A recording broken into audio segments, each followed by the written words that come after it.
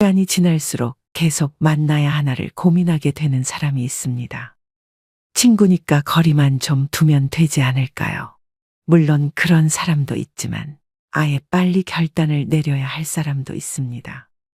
인간은 혼자서는 살아갈 수 없는 존재이지만 나에게 악영향을 미치는 사람과 억지로 관계를 이어나갈 필요는 없습니다. 모든 인연을 감수하려 하면 인생이 남루하고 괴롭습니다. 오랜 친구니까 무조건 참거나 받아들여라. 만난 시간이 중요한 게 아닙니다. 감당하기 어려운 인연은 적절히 손절하는 것이 좋습니다. 나중에 후회해봐야 뒤늦게 발견된 암세포와도 같습니다.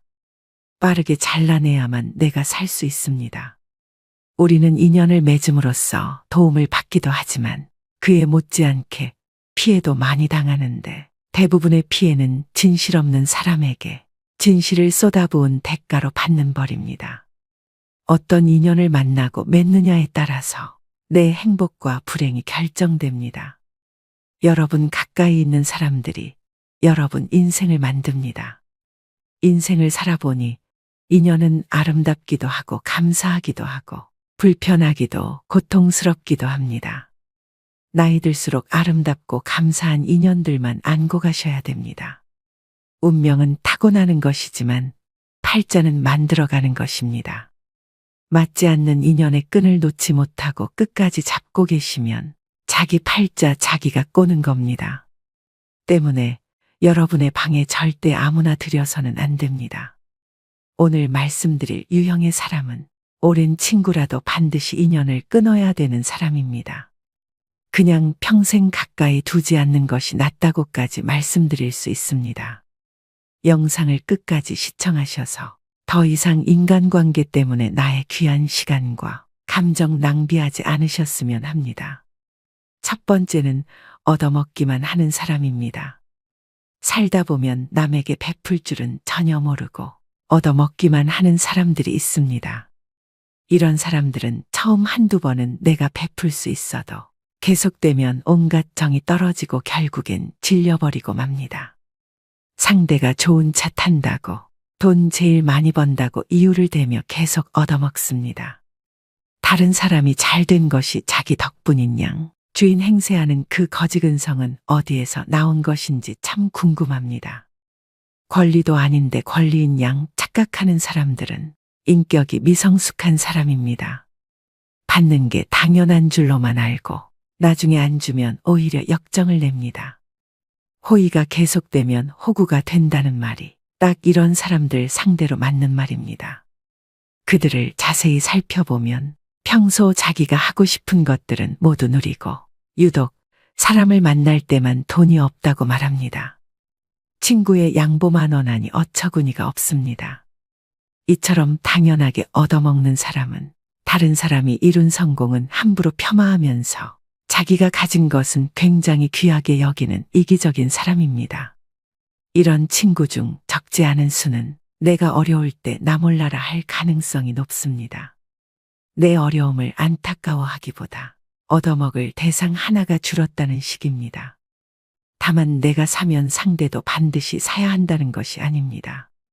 얻어먹기만 하려는 친구와 형편에 맞게 사려는 친구는 눈에 보입니다. 형편이 안 되는 친구는 돈 걱정 말고 몸만 오라고도 합니다. 그 마음이 와닿기 때문입니다. 얻어먹기만 하는 친구는 작은 이익에 집착하는 옹졸함과 이기적인 면이 관계를 해칩니다. 친구를 이용만 한다는 생각에 만남이 짜증스럽습니다. 이런 친구에게 쓰는 돈은 헛돈 쓰는 것과 같습니다. 차라리 어려운 사람에게 기부하는 것이 100번 낫습니다. 얻어먹기만 하고 베풀 줄 모르는 사람은 평생 가도 그 버릇을 못 고칩니다. 이런 사람을 가까이 하면 내 주머니만 가벼워지고 내게는 득될 것이 하나도 없음을 명심하셔야 됩니다. 두 번째는 부정적인 사람입니다. 만날 때마다 우울한 얘기, 힘든 얘기, 불평불만을 쏟아내는 사람입니다. 매번 들어주다 지쳐 해결 방안을 찾아주면 온갖 핑계를 대며 안 돼, 못해를 시전합니다. 새로운 가능성과 희망에 대해 얘기하는 상황에서도 이건 이래서 못한다. 그건 저래서 안 된다. 안 되는 이유들만 늘어놓습니다. 어떻게든 부정적인 흠만 후벼 파는 사람입니다. 즉, 나를 소모해서 자신을 충전시키는 에너지 뱀파이어 유형입니다. 곁에 두게 되면 제일 위험한 인물이라고도 할 수 있는데요. 부정적인 에너지는 반드시 서로 전염됩니다. 이 과정은 나도 모르게 일어나기 때문에 더더욱 알아차리기 힘듭니다. 이런 사람이 옆에 있으면 될 일도 안 됩니다. 부정적인 사람과 시간을 많이 보내게 되면 현상에 대한 객관화가 잘 안 돼서 바른 방향으로 가기가 어렵습니다. 즉, 호랑이 입에 여러분의 머리를 넣어선 안 된다는 말입니다. 이런 사람들은 주위의 에너지를 뺏고 건설적인 생각을 차단시키는 아주 위험한 존재인데요. 나의 꿈도 내 목표도 모두 차단시킬 사람입니다. 특히 내가 힘들거나 불안정한 상황일 때는 더더욱 영향을 받고 흔들리기 쉽기 때문에 1순위로 멀리해야 될 사람입니다. 말이 씨가 된다는 말 다들 들어보셨을 겁니다. 말에는 생각이 담겨져 있고 생각은 그 무엇보다 크고 강력한 존재이기에 우리는 늘 조심하고 또 조심해야 합니다. 처음엔 무심코 들었던 그 부정적 씨앗이 나중에는 자신을 집어삼킬 수도 있음을 명심하셔야 됩니다.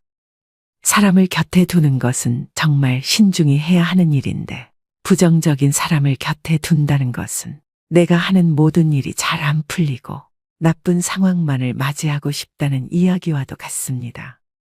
오히려 만나는 모든 사람을 존중하고 배우려는 긍정적인 태도를 가지고 있는 사람과 가까이 해야 됩니다. 단언컨대 부정적인 사람은 여러분의 인생에 단 1%도 도움이 안 됩니다. 과감히 손절하셔야 됩니다. 세 번째는 뒷담화하는 사람입니다. 우리가 인생을 살아가면서 아예 뒷담화를 안 할 수는 없다고 생각합니다. 자신의 속상했던 일이나 감정을 신뢰할 만한 사람에게 털어놓는 것은 감정 정화의 효과가 크다고 생각하는데요. 하지만 지금 말씀드리는 손절해야 될 사람은 틈만 나면 뒷담화를 일삼는 사람입니다. 뒷담화를 주기적으로 하는 사람들은 상대방을 깎아내림으로 자신이 일시적으로 우월해 보이는 느낌을 즐깁니다. 자신의 열등감을 뒷담화로 해소하려는 것이죠. 또 듣는 사람이 공감하지 않을 경우에는 넌 내 편이 아니구나라고 생각하며 그 사람에 대한 험담을 또 다른 누군가에게 하는 패턴을 가지게 됩니다. 나는 아니겠지라고 안일하게 생각하다가 뒤통수를 맞게 됩니다. 상대가 자주 뒷담화를 하는 기색이 보인다면 바로 머릿속에서 경고 신호를 올리셔야 합니다.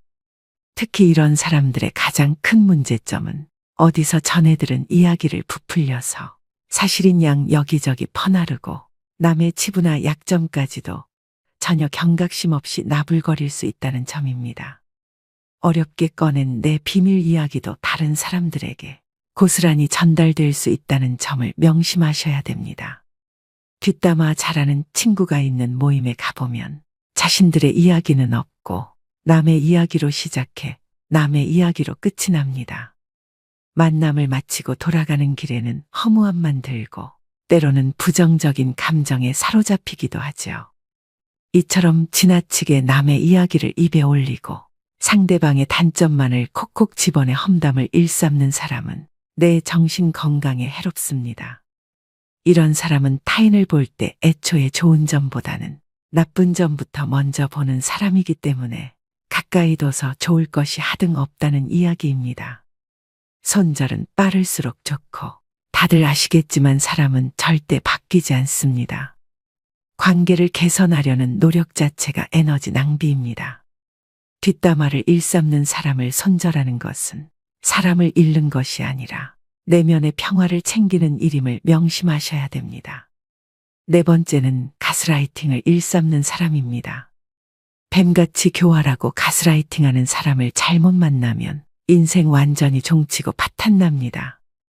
다른 유형의 사람들은 사람 자체가 악한 것은 아닐 수 있는데 이 유형의 사람들은 애초부터 타인을 조종하려는 악한 의도를 품고 있는 자들인데요.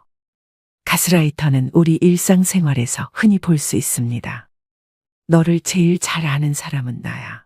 다 널 생각해서 그러는 거야. 너 요즘 예민하다. 가스라이터들의 전형적인 화법입니다. 수많은 거짓말과 과장으로 자신에게 의지하게 만들고 다른 사람과의 관계를 끊게 합니다. 자기의 손바닥 위에 놓고 조종할 수 있는 만만한 사람을 호시탐탐 노립니다. 힘든 상황에 처한 사람들이 이들의 먹잇감이 되기 쉽습니다. 이들은 뱀처럼 교활한 속내를 지니고 있어서 본인의 이득을 위해서라면 타인이 어떻게 되든 전혀 상관하지 않고 자기 욕심과 이웃만을 채우기 위해 교묘하게 접근하는데요. 이런 악질인 가스라이터에게 휘둘리게 되면 결국 자기 자신을 믿지 못하게 되고 무능력하게 변하거나 의지가 사라집니다. 이럴수록 가스라이팅 하는 사람에게 더욱 의지하게 되는 것이 문제입니다. 그렇기 때문에 이런 사람들은 잘 알아보시고 단칼에 잘라내셔야 합니다. 5번째는 자기는 급이 다르다는 사람입니다. 오랜 친구의 경우 나이 들수록 사는 형편이 천차만별이 됩니다. 사회적 위치나 부에서 차이가 납니다. 동창 모임에 나가면 이런 차이는 확실히 체감됩니다. 어릴 적 순수했던 시절로 돌아가 이야기를 나누게 되지만 사실 너무 차이가 나면 불편한 것은 사실입니다. 사는 방식이 틀리다 보니 대화가 통하지 않기도 합니다. 이런 경우 친구를 존중하는 마음을 가진 사람들은 티를 내지 않으려고 노력합니다. 자신이 잘 사는 것에 대해 친구가 불편해할까봐, 혹시나 자신이 티낼까봐 조심합니다. 반면 본인의 형편이 더 낫다고 친구를 깔보고 급을 나누는 사람이 있습니다. 심지어는 한참 즐겁게 대화하다가 이것 봐라라는 듯 친구의 행동을 어처구니 없다며 쳐다봅니다. 직장이었다면 나에게 이렇게 말하지 못한다. 직장에서의 직급을 친구 사이에서도 적용하나 봅니다. 친구를 마치 부하로 생각하는 듯한 언행을 하는 경우가 있습니다. 더 심한 건 그동안 몰랐지만 급을 나누고 있었다는 사실을 안 경우입니다. 예를 들어 친구를 자기 아래급으로 여겨왔던 것처럼 한 계급 아래로 보는 말투, 난 너와 급이 다르다는 식으로 행동합니다. 한마디로 어디서 감히입니다. 이런 관계는 건강한 친구 관계라고 하기 어렵습니다. 어디 무서워서 쳐다보기라도 하겠습니까?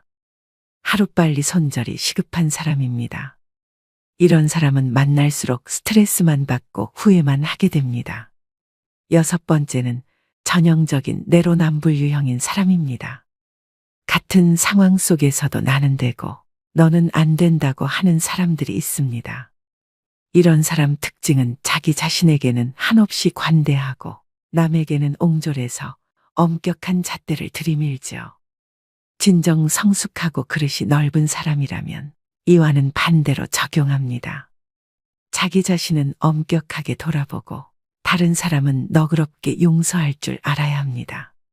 하지만 이런 내로남불 유형의 사람들은 남이 자기에게 하는 실수는 티끌만큼도 용납을 못하면서 자기가 저지른 잘못은 그럴 수도 있지라며 뻔뻔한 태도로 일관합니다. 또 이런 사람은 남에게 미안하다는 사과도 전혀 하지 않고 본인의 잘못을 인정할 줄도 모릅니다. 이런 사람을 두고 참으로 낯짝이 두껍다, 뻔뻔하다는 표현이 있는 것이겠죠. 그야말로 천상천하 유아독존의 제 잘난 맛에 사는 사람입니다. 애초에 자기를 향한 기준이 너무 관대하고 자기 객관화가 안 되는 사람이기 때문인데요. 이런 사람과 대화를 하다 보면 우라통이 치밀거나 속에 천불이 납니다. 이 사람과 똑같은 사람이 되기 싫어 꾹꾹 참으며 배려심 있게 행동하지만 결국 같은 상황이 되풀이되는 악순환입니다. 이런 사람과 엮이면 매우 피곤하고 아무리 말을 하고 설득을 해도 씨알도 먹히지 않기 때문에 그냥 차라리 조용히 손절을 하고 멀어지는 것이 내 심신안정에 이로운 길입니다. 마지막 7번째는 시간이 아깝게 느껴지는 사람입니다. 의미 있는 만남인지 아는 방법은 무엇일까요? 누군가와 헤어져 집으로 갈 때 발걸음이 가볍고 기분이 좋다면 의미 있는 만남이라고 말합니다. 반대로 울적하고 함께 보낸 시간이 아깝게 느껴진다면 잘못된 만남으로, 이런 만남은 인생을 소모하고 있다는 찝찝함을 남기기 때문에 되도록 피하는 게 좋다고 당부드립니다. 시간을 헛되이 낭비할 바에는 친구를 잃는 쪽을 택하셔야 됩니다. 흘러간 시간은 돌이킬 수 없지만 친구는 새로 사귈 수 있기 때문입니다. 생각보다 인생은 짧습니다. 나이 먹을수록 시간의 의미를 깨닫고 만남을 소중히 여기게 됩니다. 이때 만남은 양이 아니라 질입니다. 사람을 만났는데 느낌이 싸하거나 거북하다면 일단 만남을 중단하는 것이 좋습니다. 이런 사람은 앞으로 위험을 몰고 올지도 모릅니다. 만날수록 내 자존감이 떨어지고 기가 빠진다면 만나지 않는 것이 좋습니다. 느낌은 찜찜한데 억지로 만나고 나면 역시나 기분이 좋지 않은 경우가 많지요. 책 적정한 삶의 저자인 김경일 심리학과 교수가 한 강연에서 제안한 전화번호를 차단하는 방법도 효과적이라고 생각합니다. 찜찜한 사람에게 전화가 오면 조마조마할 때가 있습니다. 전화를 받으면 자기도 모르게 약속을 잡고 약속일이 다가올 때까지 스트레스를 받습니다. 아예 번호를 뜨지 않게 하면 이런 고통에서 벗어날 수 있습니다. 우연히 만나게라도 되면 전화기를 바꾸다가 연락처를 모두 날려버렸다고 하면 됩니다. 이때 절대 구구절절 설명하려 들지 마십시오. 내 마음도 부담스럽고 상대방에게도 들키게 됩니다. 가볍고 간단하게 말하면 됩니다. 죄 지은 사람처럼 행동하고 길게 설명하는 태도는 재발절인 행동입니다. 이런 사람과 애써 만남을 유지하면서 내 소중한 수명을 깎아먹지 마시기 바랍니다. 오늘의 영상 어떠셨나요? 말씀드린 손절해야 되는 사람 유형 7가지는 친구를 떠나서 모든 인간관계에서 통용됩니다. 어릴 때는 인간관계를 정리하고 손절을 하면 세상 큰일이 나는 줄 알았습니다. 그런데 나이가 들수록 내 곁에 나와 잘 맞고 대화가 잘 되는 사람이 있다는 게 감사하다는 생각이 듭니다. 안 맞는 사람들은 하루라도 빨리 끊어내는 것이 내 인생을 윤택하게 만드는 길임을 깨닫습니다. 상처를 받을 것인지 말 것인지, 또 상처를 키울 것인지 말 것인지도 내가 결정합니다. 그 사람의 행동은 어쩔 수 없지만 반응은 언제나 내 몫입니다. 진정한 인연이라면 최선을 다해서 좋은 인연을 맺도록 노력하고, 스쳐가는 인연이라 생각되면 무심코 지나쳐버려야 합니다. 그것을 구분하지 못하고 만나는 모든 사람들과 헤프게 인연을 맺어 놓으면 쓸만한 인연을 만나지 못하는 대신에 어설픈 인연만 만나게 되어 그들에 의해 삶이 침해되는 고통을 받아야 합니다. 사람의 타고난 성격은 좀처럼 변하지 않으므로 고쳐 쓰기보다는 인연을 바꾸어 쓰는 것이 옳습니다. 즉 덩굴손 나무는 가까이 두면 감고 올라가 해롭게 함으로 싹을 잘라버려야 함과 같죠. 물론 상대방이 한두 번 잘못했다고 가차없이 손절하라는 것은 아닙니다. 오랜 친구니까 그동안 이해하고 넘어갔던 부분이 많으실 겁니다. 많이 만나보고 심사숙고해서 내리는 결정입니다. 아닌 줄 알면서도 끝까지 붙들고 계시는 분들이 많습니다. 놓을 땐 놓을 줄도 알아야 됩니다. 모든 미련은 시절에 달린 것이며 언제 떠나느냐의 분기점이 다를 뿐입니다. 다스림에는 한계가 있으며 이를 분별하는 것이 통찰력이죠. 오늘의 영상이 인간관계에 있어 통찰력을 기르는 시간이 되셨길 바랍니다. 오늘도 노후의 지혜와 함께 해주셔서 감사드립니다. 황금빛으로 무르익어가는 여러분의 지혜로운 인생을 언제나 응원합니다.